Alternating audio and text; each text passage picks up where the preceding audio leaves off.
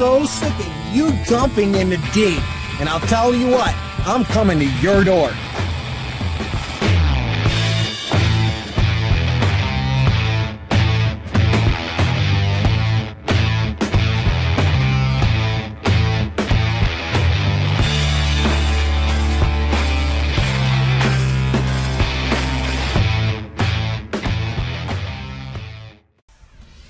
New at 11, you have to see it to believe it. An abandoned hospital filled with thousands of confidential documents that should never have been left behind. Yeah, the pages are filled with sensitive and personal information of patients as well as people who worked there. Tonight, 7 Action News reporter Ronnie Dahl is exposing the dirty secret that has ties to a federal investigation and a former Detroit mayor.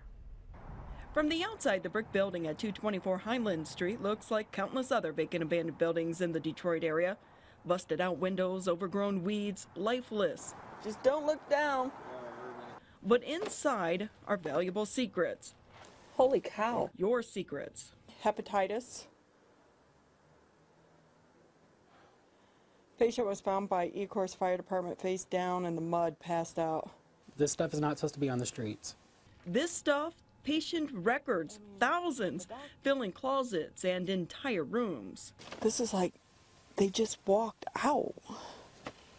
Each file containing sensitive and personal information. Patient social security numbers, date of birth, addresses, telephone numbers, psychiatric evaluation paperwork.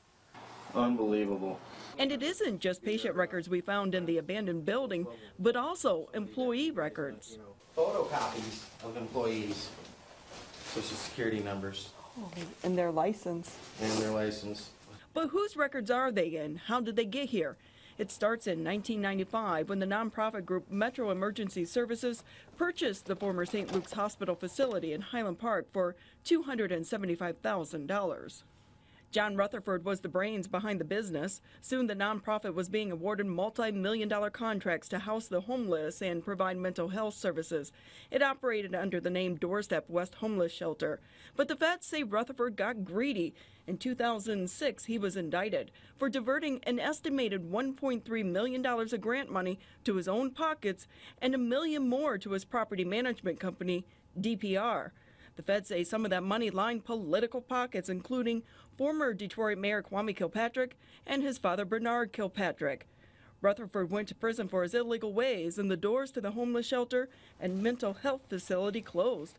All the records just left behind. They're labeled with their names. Nobody seemed to care until Lester Sloan, a medical professional, came across them one day while on a walk through the neighborhood. I knew right then that it wasn't supposed to be like that. It's totally against the law. It violates everything that we all stand for as, healthcare workers. Lester contacted Brightmoor camera Crusader Jonathan Palmerville, who called me. Together, we are exposing the hospital from hell. I'm afraid for my future that I'll be one of those names in one of those binders, and this is not right for anybody. They assume that when they check out of here that their stuff is either put behind lock and key or it is destroyed. According to Michigan's Public Health Code Act 368, the records should be maintained in such a manner as to protect their integrity and to ensure their confidentiality and proper use. Yet despite state regulations, Metro Emergency Services has not been disciplined. I'm going to revoke this certificate of excellence. John Rutherford is a free man now, so I went to talk to the one-time mover and shaker, but he's no longer living in his fancy lake house in the burbs. Hello. I'm looking for Mr. Rutherford. Not here. Rutherford made millions off of Wayne County's poor and vulnerable, but when the cash stopped flowing, so did the care for patient and employee privacy. You can't just do this, right? Until today. In Highland Park, Ronnie Dahl, 7 Action News. What are you gonna do, brother, when fochnut comes for you? Fochnut! No dumping in Brightmoor.